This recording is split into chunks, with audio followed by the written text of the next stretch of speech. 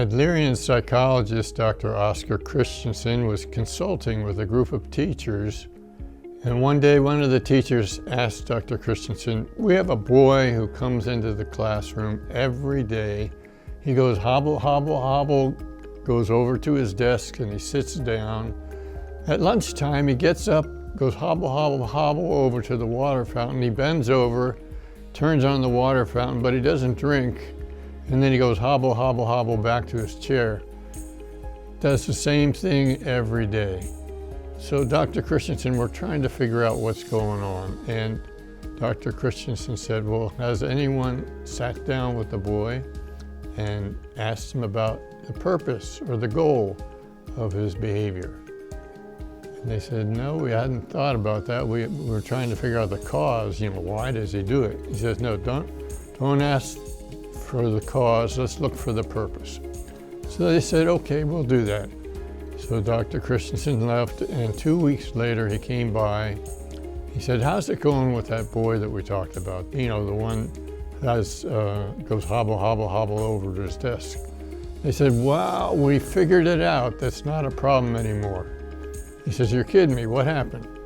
Well, it turns out, we sat down with him, it turns out that he has an imaginary horse named Sparky that he rides into the classroom every day. He rides Sparky over to his desk, he dismounts and sits in his seat. And at lunchtime, he gets back up on Sparky and rides him over to the watering hole, turns on the water so Sparky can drink.